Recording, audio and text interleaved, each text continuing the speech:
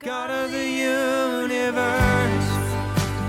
maker of the stars, who am I that you would know my name? Well, hello again, everyone, and welcome to episode number 59 of Life on Purpose. You are here with myself, Daniel Clayton, with top dog slash dad, Mike Clayton, and none other than Dave Covert. Yeah. Ryan is swamped, not in a swamp, but swamped. Yeah. Just trying to finish up some projects. So we'll be without him tonight, but hopefully next week we'll get everyone back on here. It's been a while since we've all been on. Right. I mean, it's almost like we have lives outside of this, which is it's hard to believe sometimes. Really? But No. I do nothing. I just, I mean, that's all I do all day. Yeah, It's been three guys yakking for a while instead of four guys yakking. Yeah. Yeah. It's like somebody in Israel asked me, so what do you do? The loaded question. Yeah, I mean, it's like, well, I don't know. I just, what do I do? I don't know. I don't know how to answer that a lot of times. Right. Yeah. I mean, it's like a friend of mine, old friend of mine, years ago. This is back when I was a pastor in Florida, and a friend of mine at a different church decided one Monday morning he was going to go fishing. All right, he hadn't been fishing in months, and so he got his boat, little John boat, and he stops by the gas station and he gets gas. And one of his parishioners pulls up and says, "Brother Henry, you heading out fishing again?" And Henry said, I looked at the guy and said, "Well, when you only work on Sunday and Wednesday nights, you got to find something to do." Now, I felt that one. Ooh. that'd be funny if it wasn't for the thought that most people, that's what they think. I actually think it's true. Yeah. Yeah. You guys only do something on Monday nights, right? That's right. Yeah. Or Monday, Tuesday, whatever it ends up being. That was also the funny thing when we were as a traveling worship band. Yeah. It's like, this doesn't take care of everything. It's like, no, this is a very expensive hobby. It's a very expensive. We thank God for all the opportunity, but it's expensive hobby. You think about the job of a shepherd, and probably 90% of the time it's really, really boring. But I would imagine. I mean, I don't know for sure. I'm just kind of pulling off of what I think I know. Yeah. But for the most part, it's very routine. You let them out, you take them to the grazing spots, you let them do it, you come back, you shear them in the spring, all that kind of stuff. And so, but there's the 10% of the time that is intensely important. Yeah. That if you are not aware and if you're not present and focused 100% of the time, you're going to miss that 10%, and then your sheep are going to die. That's right. So, Wow, totally different segue than what we started. Daniel, Right. A little bit. I got a question for you. What's that? What's that around your neck, man? Well, you see, I know this guy. Oh. I know this guy that some might call wild, some might call him reckless, some might call him just downright crazy. Mm-hmm. But there's this guy I know that was just in Israel. Ooh. You might know him, you might have heard of him. His name's Mike Clayton. Oh, yeah.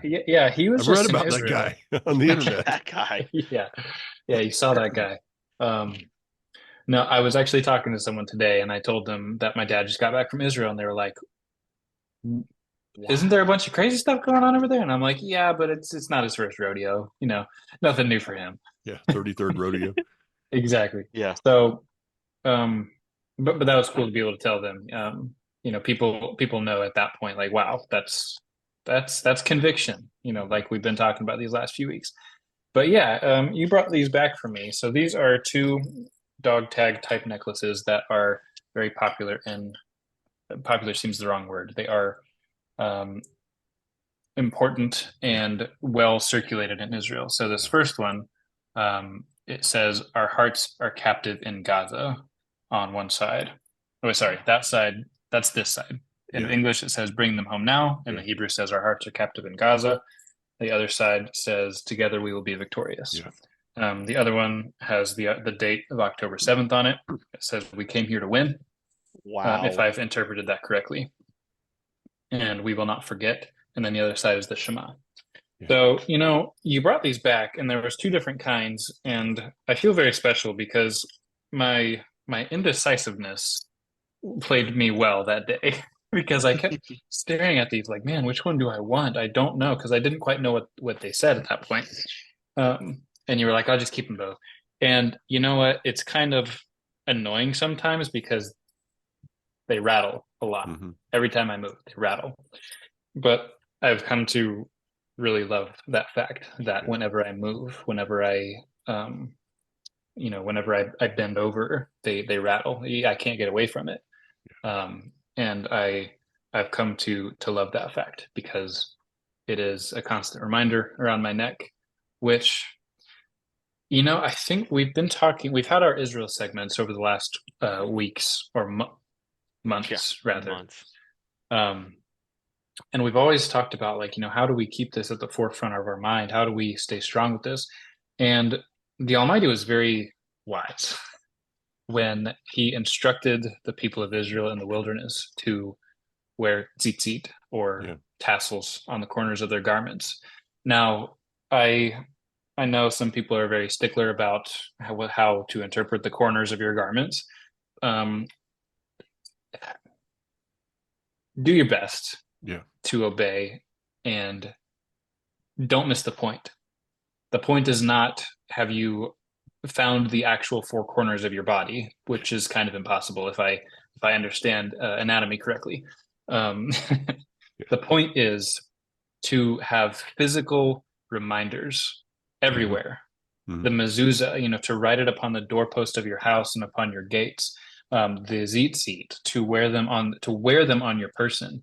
The Father is always instructing us on physical things because there is nothing like having a physical reminder, something that rattles every time you move, something that you see every time you bend over to pick something up, something that you see every time you walk inside your door.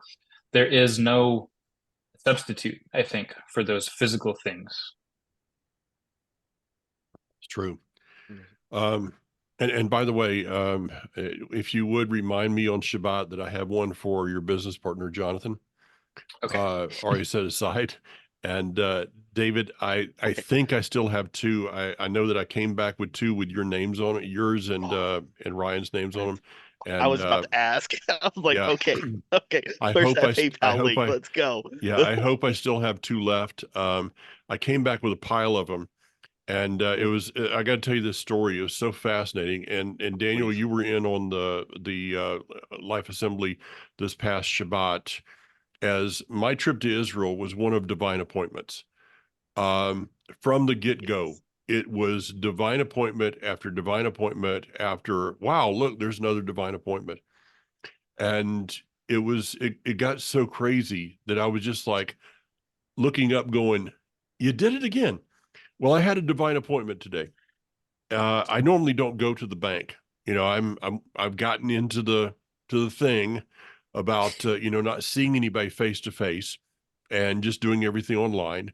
Well, I had a check that I needed to go to the bank, and so I'm going to at least kind of halfway break the rule and go through the drive-through. That way, I just have to see them on a screen. And so I sent the check in, and the lady comes on. So I wanted to cash it. And she's like, okay, I'll be right back. She throws the thing back to me, and or puts it in a little tube and it goes through whatever it goes through. And all of a sudden, another lady who I've known at the bank for a long time, she's like one of the only ones who's been there for a long time. I see her face up on the screen, and she says, Mike, I just thank you so much for all the videos you did from Israel. She said, I followed every single one of them. And it was just such an amazing thing for me. So I had one of those in my pocket that I was going to go by and give somebody, but they weren't in their office. So I just pulled up in front of the bank and did the unhuman thing of walking in the door. And I hear her say, did you, is there something wrong? I said, no. I said, I had extra one of these in my pocket, and I just wanted to come and give it to you. And in the middle of the bank, she starts crying, and all the other tellers are around, and they're like, "What in the world is going on?" I don't know what the conversation was later, but it was deeply touching to Cindy, and I'm just so thankful for being able to do something like that. But Wow. reminders, yeah, that's a good word, Daniel. David, we kept you out of the loop here. You want to Yeah, throw something you in there? guys kept me out of loop because I'm like, oh man, because like before you even said anything about what you got those, I was like looking at Dale saying, I'm like, okay, Mike has got to, I'm gonna talk to Mike right after this thing. I'm going, okay, who is it? Who do I gotta pay? Because I want one of those really, really badly. That those look amazing and wow. Because I have one of the necklaces from with the half shekel or pretty close representation of what a half Mhm. shekel would look like, and that's also something very significant to realize that God sees us all of equal value. So that's really cool how they all had to turn into half shekel, no matter who you were, rich or poor, it didn't matter. Yeah, You turned into half shekel when you came to the temple. yeah, So when you see something like that and how you're wrapping around your neck, it's like, oh man, that's really great. Because be able to just show that, be able to walk around like, what's up with that? Because I don't know about you guys, when it comes to Israel, I feel that, and from some of the circles I see, of course, anti-Semitism is still very, very prevalent. It's very disheartening. But you do let's see, just David, let's just call it what it is. It's Jew yeah, hatred. yeah, about to say, Okay. yeah, I was being Yeah. very nice. You're Yeah, right. I know. I'm being I'm very not nice. anymore. I've lost that. Uh, Okay. I've gotten rid of people that Yeah. that are just hatred. Yeah. It's just vile hatred, and Yeah. it's just like, I don't, whatever. I don't. There's Yeah. no wasting breath talking about when you're so entrenched in that ideology. Yeah. That's just the Holy Spirit has to work with those people. If you feel led to try to convince someone that's a Jew hater to not be, more power to you. But it's I don't know. It's Yeah. almost like there's a snake that has just Oh yeah. infiltrated. There is But a snake. you Mm. do other than Yes, of course there's. the UN, as they are always just so terrible at making just calls. It feels like more and more people are recognizing Israel where they're at and are agreeing with it. And maybe that's just the circles that I'm in, but Hmm. it seems that more and more people are going yes, even though the typical headliners, they love to do those headlines, and how devastating it was when you first got there and it was um, a sabotage, or there was a surprise attack, and many IDF soldiers lost their lives Yeah. due to a planned heinous act, and 21 they lost soldiers. their lives. Yeah, and they lost their lives because of, in an effort to try to rescue hostages, they brought the building down. Like, pretty despicable human beings, if I do say so. But something led them to still go through a building, even though they knew they had to. Even though they know that there's a very high likelihood that every single building they walk through will either be booby trapped, or whether it will be uh, or it will open up into an ambush of tunnels, right? Yeah. Because apparently they have one of the world's wonders over there with the amount of tunnel networks they've got going on, Yeah. or something. I keep hearing that this tunnel Yeah. network is incredible. Oh, Uh, it's amazing. Yeah. but can you imagine that had been used for good versus killing Jews in Israel? A tunnel network not meant to kill people, but to bring life. Imagine that flipped. What if that could? I don't think that those people are capable, unfortunately, but can you imagine if the opposite would have happened there? We Mhm. would not be talking about Gaza like we are today. We would that wouldn't even be a thing. That would Oh no. be. It's just you hear that and you're just like, how is it that they were able to make something that essentially incredible? The maze of networks of tunnels they have, but they are poor and destitute. Well, It's it's amazing, David, because see, when Gaza was given over to the Palestinians, when Gush Katif and these other areas were given over in 2005, Gush Katif was known as the Riviera of the Mediterranean. Is one of the most beautiful places in the world, and today is a terror hotbed. They went from 800 million or 800,000 Mhm. Palestinians, which the Mhm. word Palestinians is a made up word to begin with. We won't go into the history of that right here. They went from 800,000 to 2.1 million. So Israel is, the Jews in Israel have been accused of genocide. So when you let a population of 800,000 go to 2.1 million, you're a total failure at genocide. You're really bad at Okay, it. just saying. So there's Yeah. this is all politics. But here's the we've been talking over the weeks before I left about a word conviction. Mhm. Let me tell you, the reason why all of this has happened in Gaza is because of conviction. You're right. Hamas, ISIS, which is still around, the Hezbollah, Islam, they have a conviction. And they do not wait to begin to teach that in their mosques. See, as you and I, as we may send our children to a nursery or to a kindergarten or something like that, they send their children to terrorist camps when they're still in their single digits, teaching them with fake knives how to stab Jews, teaching them hatred. So when you just said, I don't know if we can change it. No, I don't believe that this generation can be changed outside of miraculous. Right.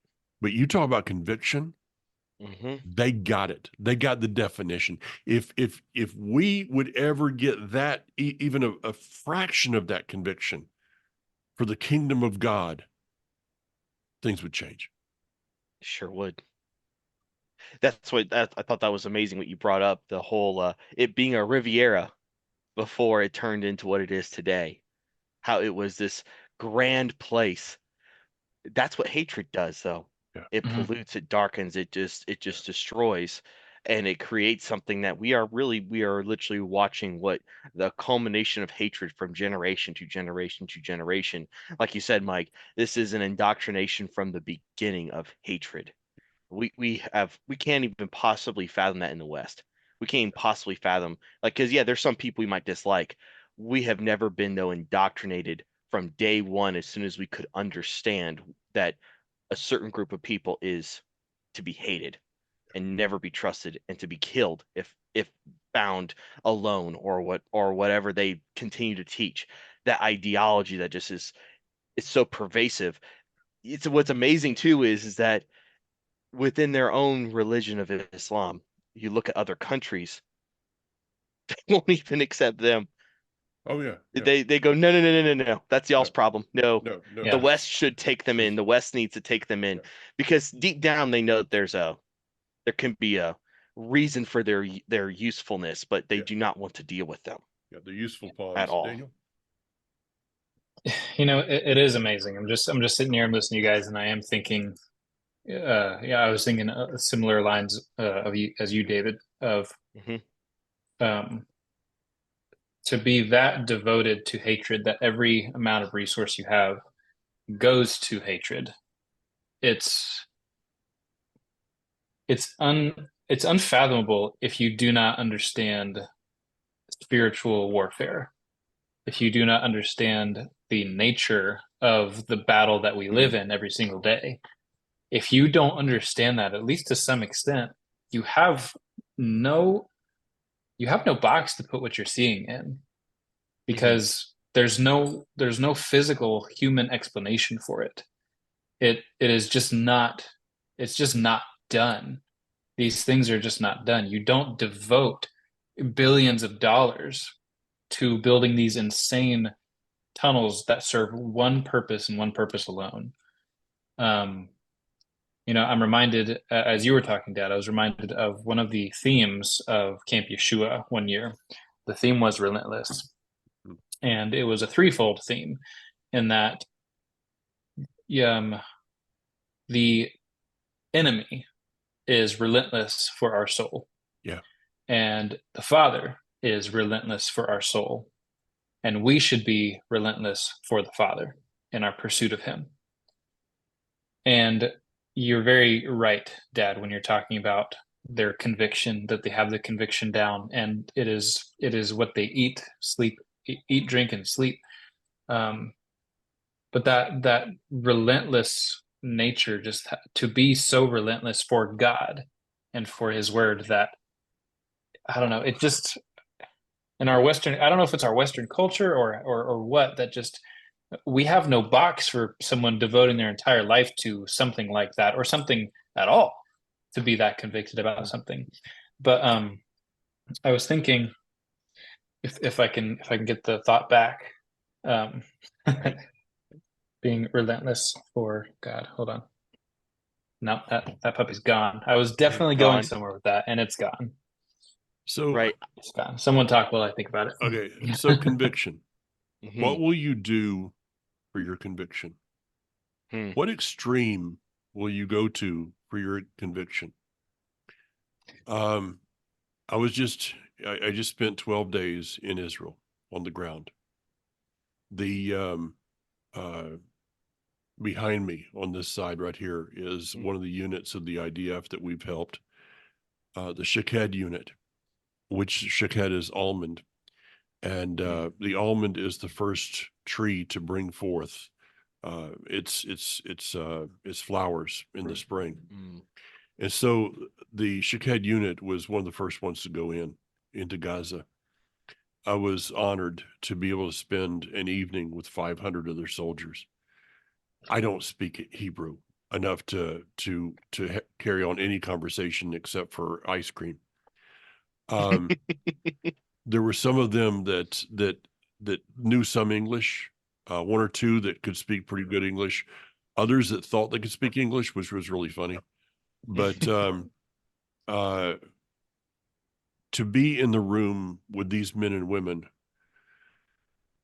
who had just come out of battle, and were going back within the next 24 to 48 hours, to be in the same room with them, to be sitting there in the front row and looking up and seeing the pictures and candles that ended up being lit to 14 of their soldiers who had died in the last 3 months.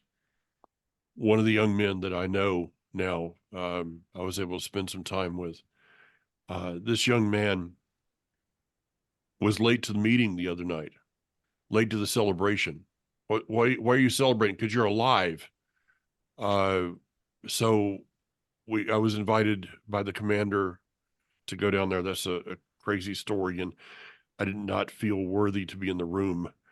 But this young man that was there, he came in late because he had to go and visit one of the other soldiers. He's a tank commander, and 2 or 3 days prior to coming out of Gaza, in Hebrew, uh, there was 2 RPGs that were launched at his tank. One of them went behind him, missing the tank totally, but was so close to him that he felt it come by. The other one, it was not a direct hit, but it hit the tank. One of the soldiers in the tank was injured in the hospital. Last I heard, is doing fine. Because this man's a commander. He was sitting up about half out of the tank, and he was not injured in any way. He had been given an option, I was told later, to because of the valiantry, he was given an option to not go back. He's there now. Why? Conviction. Because he knows that the battle that he does not win today, his children will have to fight tomorrow. Mm. I think I wanted to run off what you were saying because I thought we left with a comment before you mentioned this, that I cannot imagine walking into that room. That must have been uh,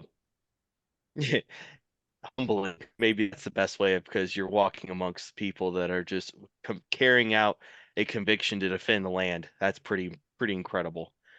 And you're just there just to support and love. I want to say that first and foremost. Let's look at here. I think that if you think about the conviction of that, this is within a military unit. I think that's actually one of the problems is people look at conviction as, oh, I'm convicted that I believe in God. It's like, okay, well, but that's not, Yeah. that's only halfway, or that's only a portion of the way. Yeah. There's an identity that's lacking, because when we look at the other side of hatred, they look at it as it is their mission to carry out, to do. That is their life's purpose. And there is no other reason for them to be alive, is to carry this out. That's If some they of had the a deepest podcast, it'd be conviction. death on purpose. Yeah, you're right. You're right. The opposite of what we would Yeah. put on would Yeah. be death on purpose, and that's what That's they would true. be preaching day in and day out to their children. Not to Mhm. how we probably reach more. I think our demographics are more into the later teens or 30s or something, is probably where our demographics are. No, this is to 5-year-olds over there. So when we look over here, we're still just living life, doing whatever. And one of the reasons why of that, and it's, again, you got to figure out where's your conviction going to lie in, because it's not good enough, as we see even now. It's not good enough just to be, oh, I believe that my Messiah died for me 2,000 years ago. That's great and everything. What's next? What Yeah, what are you doing today? what's left? What are you doing today? What does that mean? What does that mean to be convicted? What does that mean? And I would like to offer, and I'd love to hear what y'all's opinions are on this, based on, I think we have to look at it sort of also through the military lens, like you were talking about these stories from the IDF. It's from that, to be able to go each and every day, to realize that there's a mission at hand, Mhm. and God has given us daily missions every day. And if you don't know, just ask him, because there is a daily mission to be achieved. Yeah. Hope that we try to solve them all every single time, but we'll probably miss the mark. But as long as we try, that's the thing we can do, is try, and our conviction will carry us quite a bit if we actually rely on it. That's the problem, is I think in the West, we don't believe that conviction will carry us. And one of the things you said on Shabbat, Dad, at Life Assembly, that was probably the heaviest hitting for me. You were talking about how unified the Israeli people are right now, and how imagine for a second, our listeners, imagine that something happened in the United States that was so drastic that it caused Donald Trump and Joe Biden to come together, to shake hands, and to be working with each other every single day and picking up each other's slack. And I mean, it's not imaginable. I can't imagine that happening. No. And then imagine people from the farthest left to the farthest right, the AOCs of the world, all the way over to, like, I don't know, some far right group, Proud Boys Ted or Cruz. something. I don't know. Yeah, Sure. yeah. All of them rallying under one tent with one cause. Yeah. That's what's happening over there. Like, the degree of differences in belief politically was just as much as it is here, if not more, because it's in Israel and everything is, amplified there. And so you have something like that where something happened. October 7th happened, and the people all of a sudden were unified. All of the dumb politic stuff was set to the side, and they said, we have a goal and we have to achieve it. Because if we don't achieve this goal, there won't be anything to argue about politically, because we'll all be dead. And What is there? You were saying in the context that you said maybe one of the reasons that, messianics essentially are so ready to argue about anything is because we don't have anything to fight for right now. We haven't rallied under one flag of something to fight for. And that's true. You know what some people are willing to fight for in our general belief system? Whether or not you should have a kosher kitchen or not. Yeah. People fight for that. Yeah.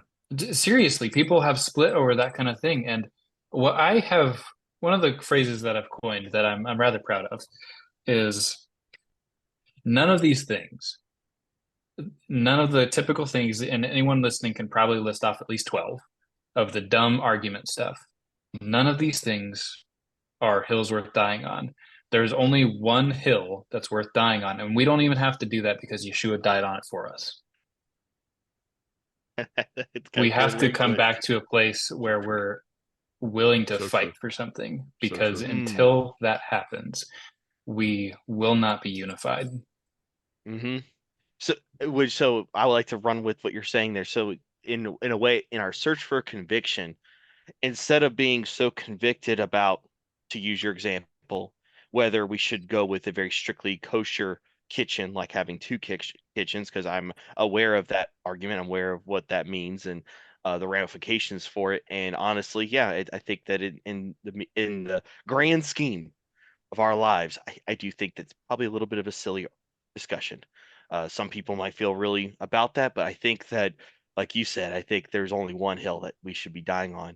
Where can we find common ground? Because I guarantee when you walked in the room of 500 soldiers, Mike, I guarantee that not every single one of them thought the same way. I guarantee they were not a part of the same political party. I guarantee that they were, but they knew there was a mission.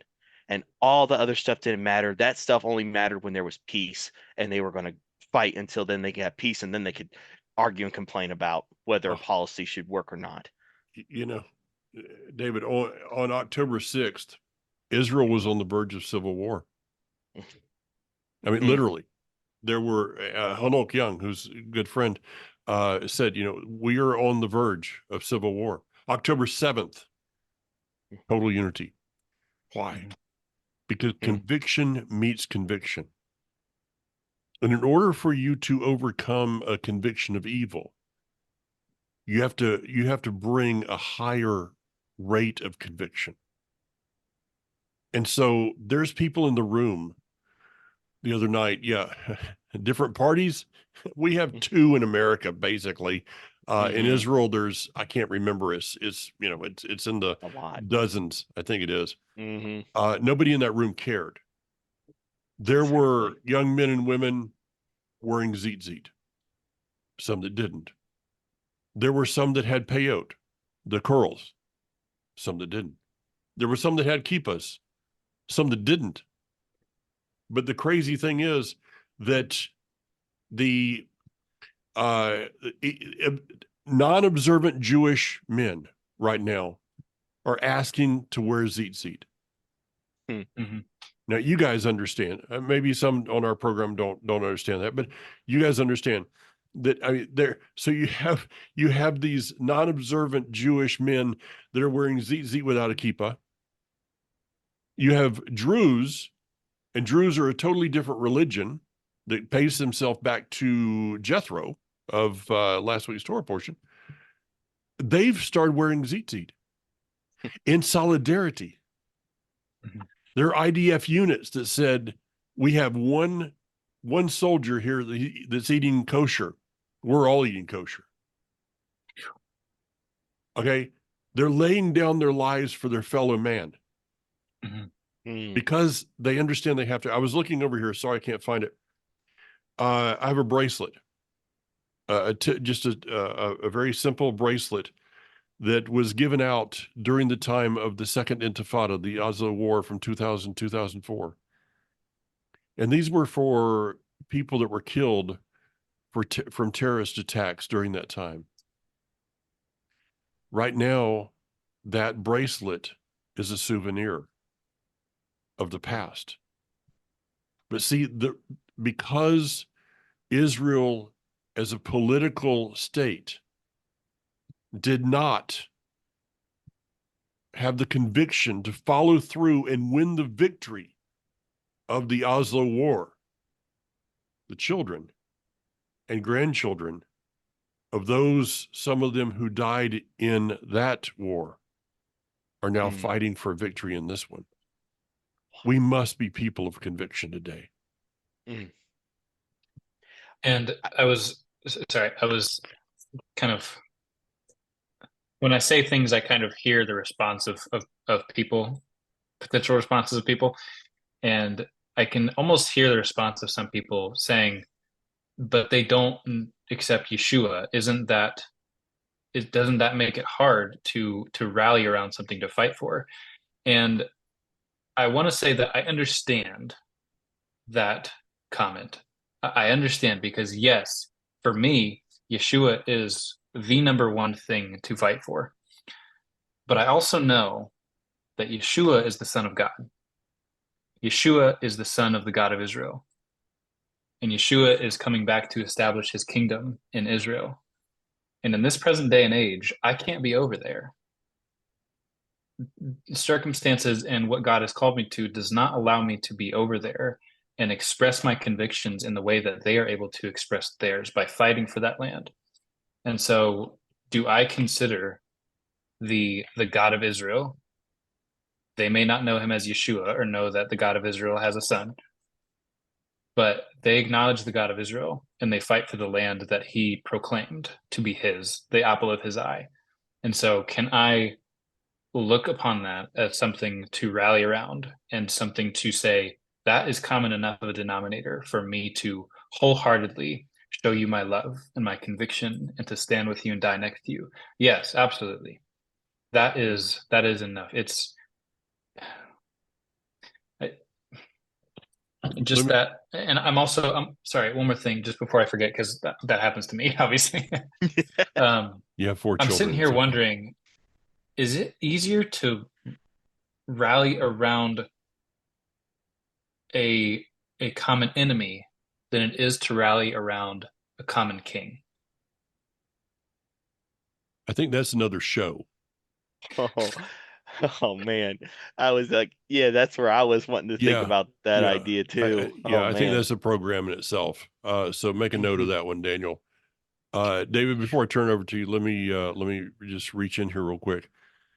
Regarding this thing of what somebody believes, um, at the celebration I was invited to, which sounds so crazy even now when I say it, that the commander of the unit invited me to come, and I don't understand Hebrew, and they're giving out, they're acknowledging those that are fallen, and then they're giving out awards to the soldiers for valiantry, and they keep giving out awards. I'm just sitting there, I'm listening, and I don't hear anything. I don't know anything. I hear it when they say Israel. I know that, but I don't know anything else. And I hear my name, and I'm like, What?" And the person next to me said, "They have an award for you. Go up there." I've never felt so small in all my life. Um, and it had my name on it, but it's for this ministry because we've helped. We've done what we could for a couple of select IDF units over there with no strings attached. And let me tell you this, I never asked one time what they believed. When a man or woman is standing in a war for you, you don't ask what they believe. You ask, what can I do to help you? Mm. And for these out there, these mental midgets that would say, well, are they messianic, or are they this, or are they that? Please don't put that on my Facebook page, because I will not give you the honor of your comment staying on there. I will delete it immediately. I don't ask what a person believes. I ask what they need to survive. David? I'm taking a pause just because I can't imagine acknowledging these acts and you're just there like I'm just here just to show support, and in their mind they thought to thank you is really freaking cool. Like Oh, that's just really really cool oh, because you would never blame them if they would have forgotten it, whatever, because it doesn't matter. oh, You're yeah, here to help, you're here to Yeah. support. Oh man, like there's so many things that this is something that I think we're just in a, it seems like it keeps getting repeated year and year, every year. Kind of what you said to hopefully maybe segue for next week, this idea of unity at whether it's over around a king or around a common enemy. That's a fantastic thought because like as soon as you have war, because I was thinking, okay, 9/11, we had a lot of people in solidarity. There was a lot of that happening. Now, whenever what's weird is now whenever we have an attack, unless it's just not big enough, that doesn't exist anymore in this country, which is wild. Um, but not yet, I guess, right? We don't know what the future holds for this country, so that's interesting. I think a thought from this program going forward is that right now we're talking about life and death and a military force moving in and stuff, but now I think there is a way that you can reconcile this back together, like Daniel and Mike have been saying, when it comes to our faith and as we're walking it out each and every day and walking it out with conviction. I think we've got to realize our righteous zeal over a pet topic that we believe is just foundational to our theology does not mean we have to disregard other people. And I really think that that's been lost. It's almost disheartening when you go to congregations and so forth, and it's just lost. You don't believe this? Well, I don't care, because if a life and death situation were to show up at your door, that's gone. That's just gone. Or you're not there, or you're not there in the fight. You're gone. You're not a part of it, because that can't be a part of the conversation. That's not even that's not even within the realm of what those people who are brave and who are heroes. That's not even within the realm of their thinking. They have a mission and they're doing it, and it's to preserve life. Yeah. And I think that when it comes to this topic, we are preserving life in the sense of spiritually. Why can't we make that reconciliation? Is something that boggles my mind, that we can't still look at someone and look at them as still a decent human, but we have to go, well, so what day? What about this? What do you eat? And we have to preface all this stuff instead of just loving on one another. Just baffles me. Yeah. And praying for one another. Right? Praying Yeah. for one another, like, Yeah. And Daniel? it's very, this thing we're talking about, I think back and I really experienced it personally, because on October 6th, there was certain people that I was thinking about and be like, why do they do that? Why is this person in my path, like doing that thing? I don't understand that. Like, why can't they see this? And then October 7th happened, and I saw their unwavering support for Israel. I haven't thought a thing about those things that I thought were important since then. Because I've looked at those people and said, you have showed by your actions, by your words, specifically actions, how much this land means to you.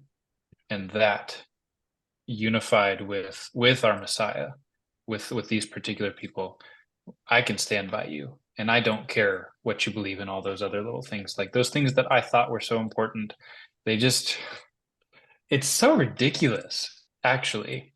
And it's so the enemy to accentuate those things in your mind, and it's really the downfall of the Torah movement, of the movement of people who discovered the Torah and moved into it. The downfall of it was putting a focus on knowledge, because knowledge puffs up. And when knowledge is not complementary to your actions, to how you act in your faith and how you carry out what God has instructed you to do in your life, when knowledge becomes a focal point rather than a complementary, supplementary thing, then you become prideful, and those things become the focal point. And then the enemy has room to say, oh yeah, you're good. You know what you're doing. They don't know, you are so far above them. Yeah. And he's such a snake. It's so awful to look back and realize, like, how was I so deceived into thinking that that was an important thing? And how did I let that become a lens by which I viewed my brother or sister? Daniel, you mentioned that you talked about at Camp Yeshua one year that the enemy was it reckless? Relentless. He is also committed at a level, committed to evil and destruction. The words of John says he comes only but to kill, steal, and destroy. And if we could ever understand at what level he desires to kill, steal, and destroy, maybe it would change some of the things that we're doing in our lives, and ask ourselves, are our convictions worth living for? And maybe more important, are our convictions worth dying for? Are our convictions worth ruining relationships over? Is what we're living, is what we're doing, actually worth it? Because the enemy is focused. He is focused. And what he did in Israel is he overplayed his hand. During the Oslo War, I have friends who were injured. I have friends who lost their lives because of suicide bombers, because of the Moment Cafe that blew up, a hotel that blew up. I almost lost a good friend there. It was a tragic thing. But on this one, this time, the enemy overplayed his hand, and that caused unity. I want to take a few minutes, guys, as we close up, and I'll give you some closing thoughts. But I want to give a disclaimer for those that have young children or young teenagers that might be listening to this program. I want you to maybe turn it off, pause it, you to listen to the rest of this, and you to make a decision of whether you want them to hear what I'm about to say. So I'm going to take just a few minutes. I'm going to tell you what happened. We saw the atrocities, people that were killed, hostages that were taken. Today, we found out that out of the 135 or so hostages that they say they still have, probably at least 35 are dead. Death to them was a gift. For the women, I heard from a reliable source in Israel that the women that were in the tunnels were being dressed up in a provocative dress and raped repeatedly. Men were also raped, beaten. In Israel, I talked to a young man whose friend was part of one of the kibbutzim outside of Gaza. He said when they went back afterwards with IDF soldiers, they went back in. They went into a synagogue in this one kibbutz, and they looked up to the front where the Torah scroll was, and there was 2 Jewish heads, one on each of the top of the Torah scroll stakes, the posts that hold the Torah together. 2 Jewish men that have been beheaded and their heads put upon those sticks, those poles. In one kibbutz, they beheaded the men and women and children with garden tools. We know the story of a man who had to bury his son in a casket without his head because he couldn't find it. Later on, they would find it in an area of Gaza. They were trying to sell it. He would get that head back and would then exhume the body and would bury his son as in one piece, sort of. The atrocities go on and on. Every corner, it seemed that I walked around up at Ginosar with the trees. They had the pictures of the hostages. Every corner you go around, there was pictures of the hostages, stores that had a picture of a single hostage. Everywhere there was these dog tags, bring them back now. Everyone had a story. Everyone had a story of their children, of their grandchildren fighting this war in Gaza and just waiting for it to break out on the northern border. Understand, ladies and gentlemen, the enemy has a conviction. He is focused. Are we going to wait until it's too late for us to get some conviction? Or are we going to go ahead and find it now while we still have time to maybe prepare for the fight that's ahead of us? I'll turn it over to you guys.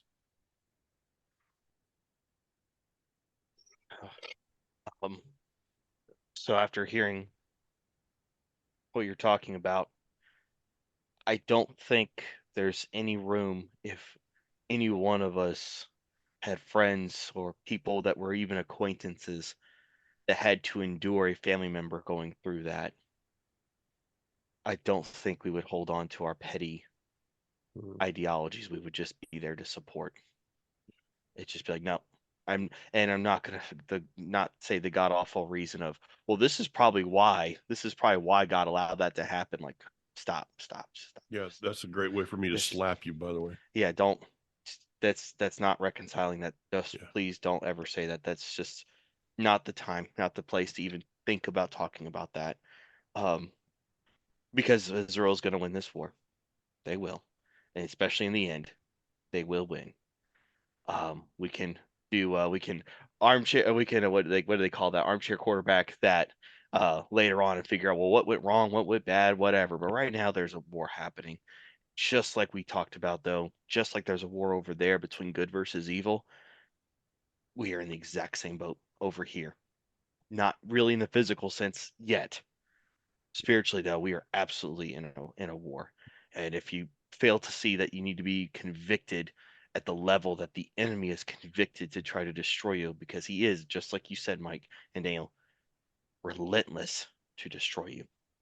He will come after you, and he, especially if you are actively